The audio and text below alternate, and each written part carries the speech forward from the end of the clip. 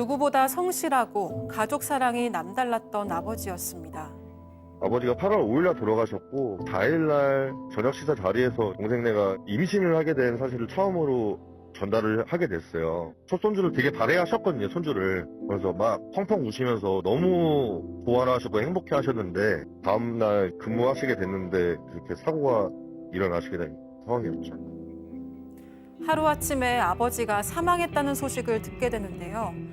유족들은 아버지의 사망 당시 상황이 담긴 CCTV를 보고 충격을 받습니다. 아버지와 함께 있던 사장의 태도 때문이었는데요. 대체 무슨 일이 있었던 걸까요?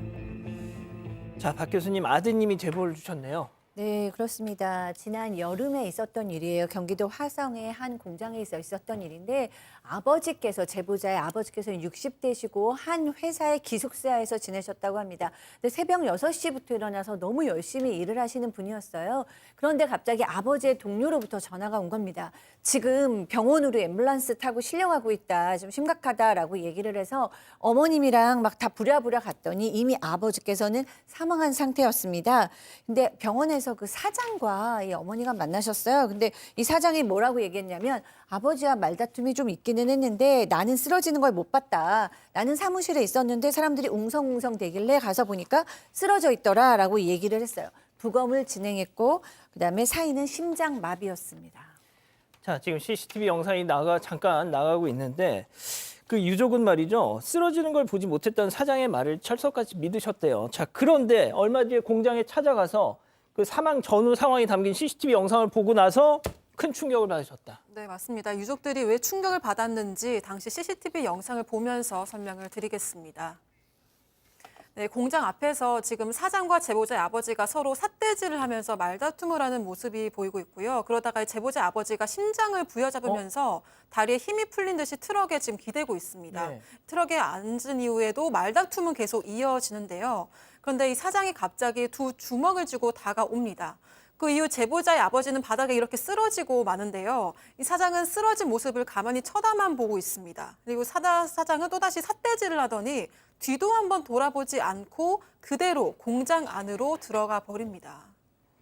자, 박 변호사님, 저 상황을 이런 거 같지 않아요? 딱 쓰러지고 나니까 뭐 하는 거야? 빨리 일어나, 빨리 쇼하고 있네. 약간 이런 눈치 아니에요? 자, 그렇게도 해석될 수는 있지만 이제 중요한 거는 최초 진술하고 좀 다르다는 거예요. 유족의 주장이긴 하지만 최초는 어떻게 했냐면 사무실에 있었는데 응성대는 소리를 보고 나가 보니까 쓰러져 있는 걸 봤다라고 쿵 소리 들리고 뭐 이런 식으로 얘기를 했거든요. 쓰러지는 것 자체를 못 봤다고 하는데 지금 보면 거짓말이잖아요. 일어나! CCTV는 거짓말하지 않습니다. 영상은 거짓말이 없어요. 지금 두 사람이 다툰 모습, 삿대질 모습이 있었고 심장을 부여잡고 쓰러지는 아버지 모습이 있었다고 합니다. 뭐 말 그대로 뭐 일어나라, 뭐 일부러 쓰러졌냐, 뭐 이런 얘기 할 수도 있지만 그걸 떠나가지고 어쨌든 심장을 부여잡고 쓰러진 모습이 있었는데 그냥 현장에서 벗어나는 사장의 모습.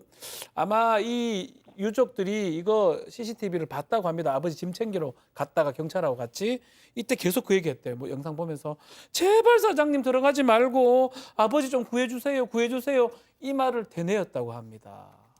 아, 이미 다 끝난 이후에 저 영상을 보고 그러니까요. 사장님 제발 구해주세요. 그냥 구해줬으면 살 수 있으니까요. 화면을 보면서 자, 두 사람은 사장과 직원으로 11년간을 호영호재하면서 알고 지낸 자, 무려 알고 지낸 30년이 넘은 그런 사이랍니다.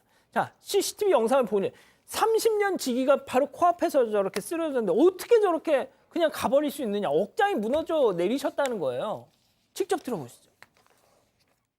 의식이 없는 상태로 누가 봐도 쓰러지세요. 근데 사장이 그거를 4에서 5초가량을 분명히 쳐다보고 나는 모른다는 식의 제스처와 함께 뒤로 돌아가버리세요. 그 뒤에 영상에 보면은 한 3분가량은 아버지가 의식이 있더라고요. 일어서려고 노력은 해보는데 힘이 안 들어가서 팔만 다리만 이렇게 조금 간신히 움직이는 정도로 의식은 있으셨더라고요. 사장이 그 자리를 회피하지 않고 최소한의 심폐소생술을 했다고 하면은 분명히 저는 사실 수 있었을 거라고 예상을 하거든요. 제가 아는 거는 사장으로서의 직원관계는 당연히 의무 보호 조치가 취해지는 걸로 알고 있는데 다른 사람도 아닌 사장이 회피했다는 거는 저는 그게 문제라고 생각을 하거든요.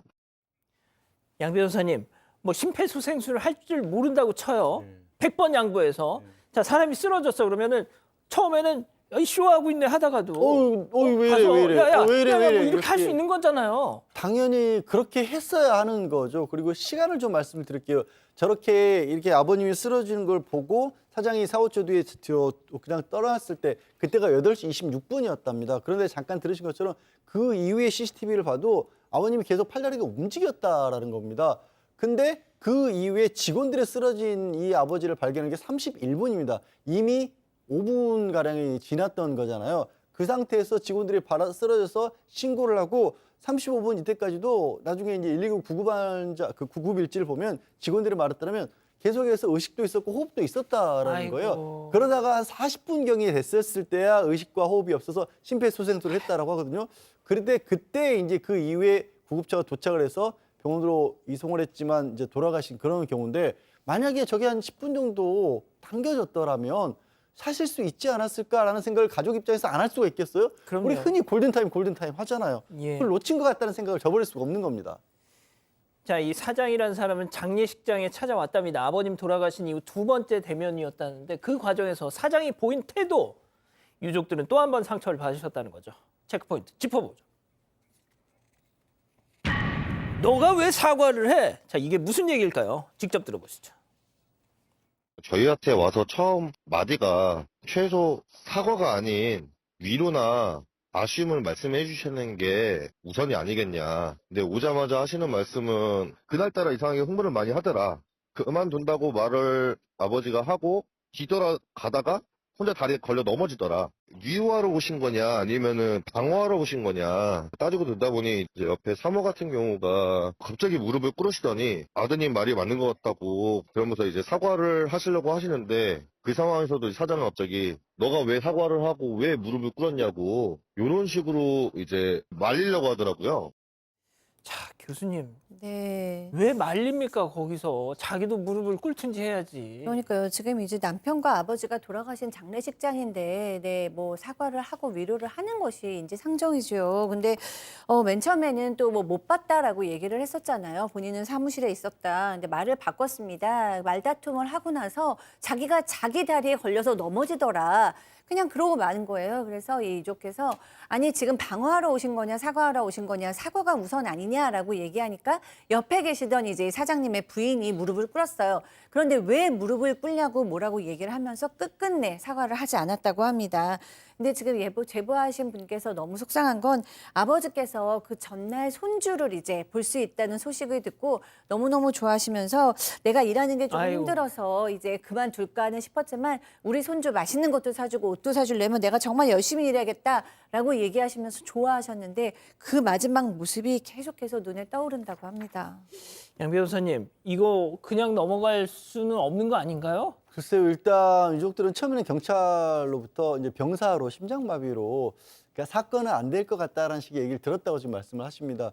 그리고 사실 말씀한 것처럼 30년 직이었기 때문에 사장하고 처음에는 법적 조치를 취하지 않으려고 했다가 이제 그 사장이라는 분의 태도 때문에 이제 고소장을 제출했다라고 하고 좀 수사를 해봐야겠지만 처음에 쓰러지게 된 어떤 원인이라고 할까 그게 이제 사장 때문에 쓰러진 거라면 그런 문제를 일으키는 입장에서는 또 그렇게 자기 때문에 넘어지게 된 자기 때문에 공경에 처하게 된 사람을 구호해 줘야 될 법적인 의무가 그때부터 생긴다라고 봐야 되거든요. 그냥 단순하게 길 가다가 누가 쓰러지는 걸 본 건 아니잖아요. 예. 거기에 더 나가서는 저게 근무 상황 중에 벌어진 일일 수도 있으면 근무 상황 중이었다라면 사장과 직원이라는 관계 때문이라도 보호해야 될 조치를 취해야 될 수가 있어요. 다만 이제 그게 과연 정말로 아버지의 죽음까지 이어질 만한 그런 상황이었는지는 이제 추가적으로 조사를 해봐야겠죠. 유기치사죄가 될 가능성이 높아 보입니다. 유기 버려두면서 사망의 결과를 발생시켰을 때 지금 양 변호사님이 말씀을 좀 하셨지만 계약상 의무도 있어요. 근로자하고 자기는 감독자, 사장이기 때문에. 근데 더 떠나서 저는 그 계약상보다는 본인이 원인을 지금 제공했어요. 삿대질하면서 우리 CCTV에는 음성은 나오지 않지만 뭔가 격렬한 어떤 반응들이 있었고 그 직후에 넘어졌고 그 넘어진 거를 방치하고 가는 바람에 사망까지 이어졌습니다. 정확하게 유기치사죄 구성 요건에 해당할 가능성이 높아 보이기 때문에 아마 고소를 했기 때문에 경찰에서 조사한다면 저는 가능성이 크다고 봅니다. 예. 저희가 이 사장이라는 분의 입장을 듣고 싶어서 연락을 취했지만 연결이 되지 않았습니다.